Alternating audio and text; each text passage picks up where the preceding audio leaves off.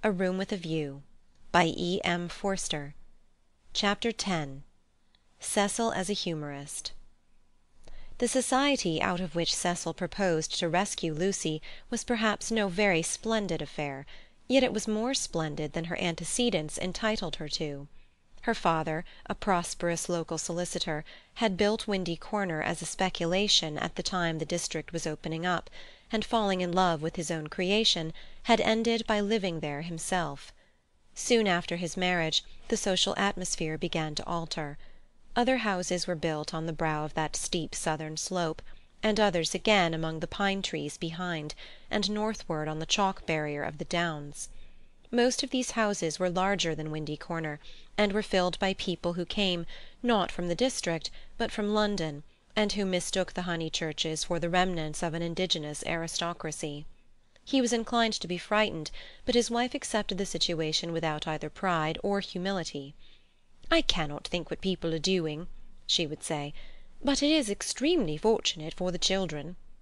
She called everywhere, her calls were returned with enthusiasm, and by the time people found out that she was not exactly of their milieu, they liked her, and it did not seem to matter. When Mr. Honeychurch died, he had the satisfaction, which few honest solicitors despise, of leaving his family rooted in the best society obtainable. The best obtainable. Certainly many of the immigrants were rather dull, and Lucy realized this more vividly since her return from Italy. Hitherto she had accepted their ideals without questioning, their kindly affluence, their inexplosive religion, their dislike of paper bags, orange peel, and broken bottles. A radical out and out, she learned to speak with horror of suburbia. Life, so far as she troubled to conceive it, was a circle of rich, pleasant people, with identical interests and identical foes. In this circle one thought, married, and died. Outside it were poverty and vulgarity, for ever trying to enter, just as the London fog tries to enter the pine woods, pouring through the gaps in the northern hills. But in Italy, where any one who chooses may warm himself in equality, as in the sun, this conception of life vanished. Her senses expanded. She felt that there was no one whom she might not get to like, that social barriers were irremovable, doubtless, but not particularly high. You jump over them just as you jump into a peasant's olive yard in the Apennines, and he is glad to see you. She returned with new eyes.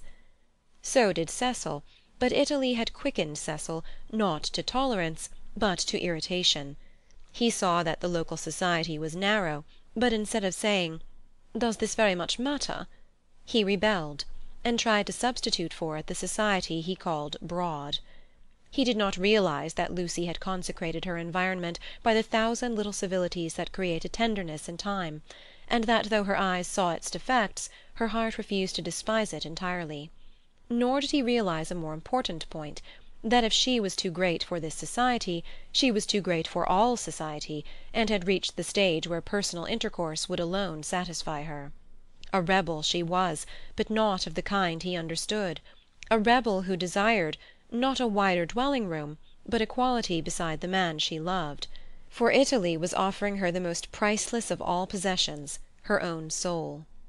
Playing bumble puppy with Minnie Beebe, niece to the rector and aged 13, an ancient and most honourable game, which consists in striking tennis balls high into the air, so that they fall over the net and immoderately bounce. Some hit Mrs. Honeychurch, others are lost.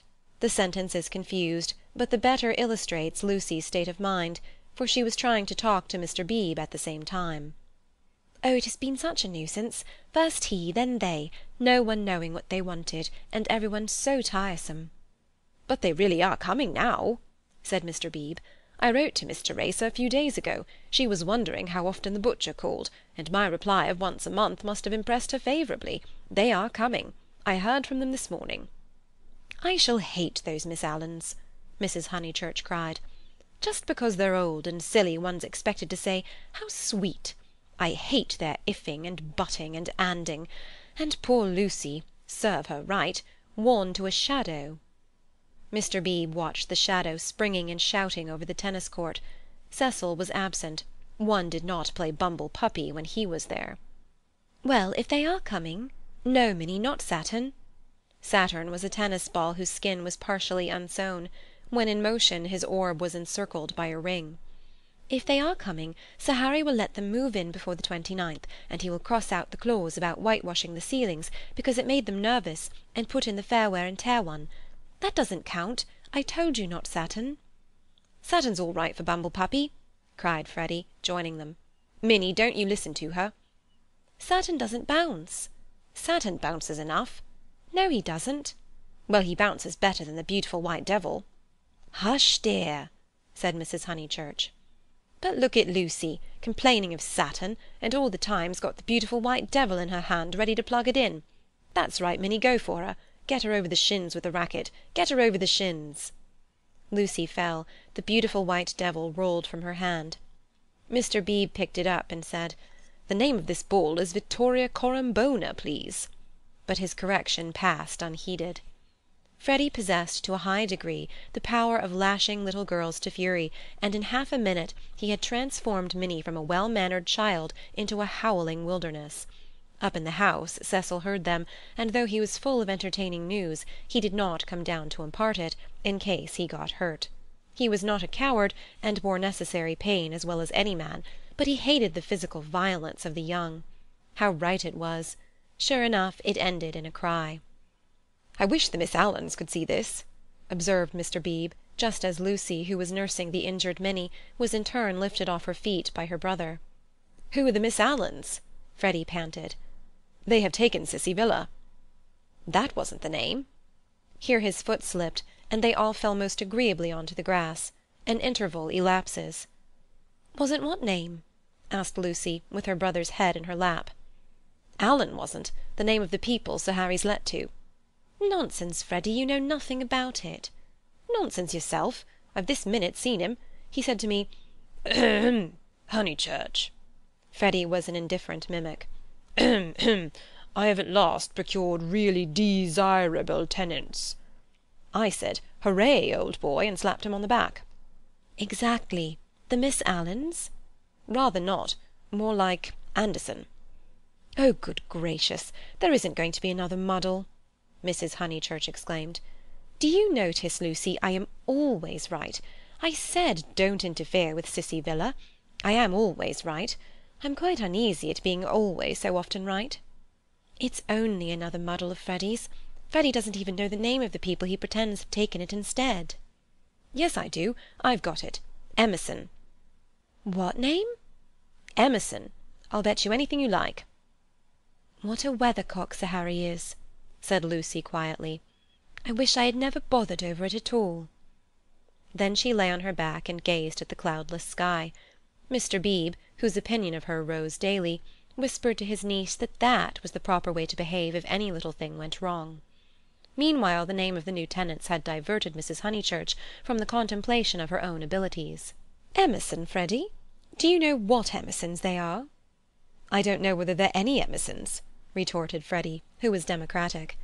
Like his sister, and like most young people, he was naturally attracted by the idea of equality, and the undeniable fact that there are different kinds of Emersons annoyed him beyond due measure. "I trust they are the right sort of person." "All right, Lucy."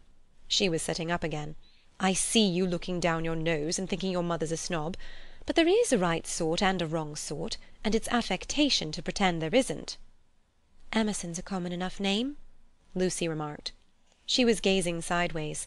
Seated on a promontory herself, she could see the pine-clad promontories descending one beyond another into the Weald.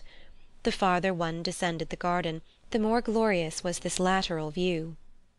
"I was merely going to remark, Freddy, that I trusted they were no relations of Emerson the philosopher, a most trying man. Pray, does that satisfy you?" "Oh, yes," he grumbled, "and you will be satisfied too, for they're friends of Cecil, so," with elaborate irony, "you and the other county families will be able to cool in perfect safety."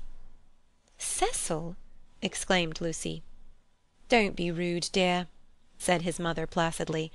"Lucy, don't screech. It's a new bad habit you're getting into." "But is Cecil—" "Friends of Cecil's," he repeated. "And so really desirable. Honeychurch, I have just telegraphed to them." She got up from the grass. It was hard on Lucy. Mr. Beebe sympathized with her very much. While she believed that her snub about the Miss Allens came from Sir Harry Otway, she had borne it like a good girl. She might well screech when she heard that it came partly from her lover. Mr. Vyse was a tease, something worse than a tease. He took a malicious pleasure in thwarting people. The clergyman, knowing this, looked at Miss Honeychurch with more than his usual kindness. When she exclaimed, "But Cecil's Emersons, they can't possibly be the same ones. There is that." He did not consider that the exclamation was strange, but saw in it an opportunity of diverting the conversation while she recovered her composure. He diverted it as follows. "The Emersons who were at Florence, do you mean? No, I don't suppose it will prove to be them. It is probably a long cry from them to friends of Mr. Vyse's. Oh, Mrs. Honeychurch, the oddest people, the queerest people. For our part, we liked them, didn't we?" He appealed to Lucy. "There was a great scene over some violets. They picked violets and filled all the vases in the room of these very Miss Allens who have failed to come to Cissy Villa. Poor little ladies, so very shocked and so pleased. It used to be one of Miss Catherine's great stories. 'My dear sister loves flowers,' it began. They found the whole room a mass of blue, vases and jugs, and the story ends with 'so ungentlemanly, and yet so beautiful. It is all very difficult.' Yes, I always connect those Florentine Emersons with violets." "Fiasco's done you this time," remarked Freddy, not seeing that his sister's face was very red. She could not recover herself. Mr. Beebe saw it, and continued to divert the conversation. "These particular Emersons consisted of a father and a son, the son a goodly, if not a good young man. Not a fool, I fancy, but very immature, pessimism, etc. Our special joy was the father, such a sentimental darling, and people declared he had murdered his wife." In his normal state Mr. Beebe would never have repeated such gossip, but he was trying to shelter Lucy in her little trouble. He repeated any rubbish that came into his head. "Murdered his wife?" said Mrs. Honeychurch. "Lucy, don't desert us. Go on playing Bumble Puppy. Really, the Pension Bertolini must have been the oddest place. That's the second murderer I've heard of as being there. Whatever was Charlotte doing to stop? By the by, we really must ask Charlotte here some time." Mr. Beebe could recall no second murderer. He suggested that his hostess was mistaken. At the hint of opposition she warmed. She was perfectly sure that there had been a second tourist of whom the same story had been told. The name escaped her. What was the name? Oh, what was the name? She clasped her knees for the name. Something in Thackeray. She struck her matronly forehead. Lucy asked her brother whether Cecil was in. "Oh, don't go!" he cried, and tried to catch her by the ankles. "I must go," she said gravely. "Don't be silly. You always overdo it when you play." As she left them, her mother's shout of "Harris!" shivered the tranquil air, and reminded her that she had told a lie and had never put it right. Such a senseless lie, too, yet it shattered her nerves, and made her connect these Emersons, friends of Cecil's, with a pair of nondescript tourists. Hitherto truth had come to her naturally. She saw that for the future she must be more vigilant, and be absolutely truthful? Well, at all events, she must not tell lies. She hurried up the garden, still flushed with shame. A word from Cecil would soothe her, she was sure. "Cecil?" "Hello," he called, and leant out of the smoking-room window. He seemed in high spirits. "I was hoping you'd come. I heard you all bear-gardening, but there's better fun up here. Even I, have won a great victory for the comic muse. George Meredith's right. The cause of comedy and the cause of truth are really the same. And even I, have found tenants for the distressful Cissy Villa. Don't be angry, don't be angry. You'll forgive me when you hear it all." He looked very attractive when his face was bright, and he dispelled her ridiculous forebodings at once. "I have heard," she said. "Freddy told me. Naughty Cecil, I suppose I must forgive you. Just think of all the trouble I took for nothing. Certainly the Miss Allens are a little tiresome, and I'd rather have nice friends of yours, but you oughtn't to tease one so." "Friends of mine?" he laughed. "But, Lucy, the whole joke is to come. Come here." But she remained standing where she was. "Do you know where I met these desirable tenants? In the National Gallery, when I was up to see my mother last week." "What an odd place to meet people," she said nervously. "I don't quite understand." "In the Umbrian room. Absolute strangers. They were admiring Luca Signorelli, of course quite stupidly. However, we got to talking, and they refreshed me not a little. They had been to Italy. "But, Cecil," he proceeded hilariously. "In the course of conversation they said that they wanted a country cottage, the father to live there, the son to run down for week-ends. I thought, what a chance of scoring off Sir Harry, and I took their address and a London reference, found they weren't actual blackguards—it was great sport—and wrote to him, making out—" "Cecil! No, it's not fair. I've probably met them before." He bore her down. "Perfectly fair. Anything is fair that punishes a snob. That old man will do the neighbourhood a world of good. Sir Harry is too disgusting with his decayed gentlewomen. I meant to read him a lesson some time. No, Lucy, the classes ought to mix, and before long you'll agree with me. There ought to be intermarriage, all sorts of things. I believe in democracy." "No, you don't," she snapped. "You don't know what the word means." He stared at her, and felt again that she had failed to be Leonardesque. "No, you don't." Her face was inartistic, that of a peevish virago. "It isn't fair, Cecil. I blame you. I blame you very much indeed. You had no business to undo my work about the Miss Alans, and make me look ridiculous. You call it scoring off Sir Harry, but do you realise that it is all at my expense? I consider it most disloyal of you." She left him. Temper? He thought, raising his eyebrows. No, it was worse than temper, snobbishness. As long as Lucy thought that his own smart friends were supplanting the Miss Alans, she had not minded. He perceived that these new tenants might be of value educationally. He would tolerate the father and draw out the son, who was silent. In the interests of the comic muse and of truth, he would bring them to Windy Corner. End of Chapter 10.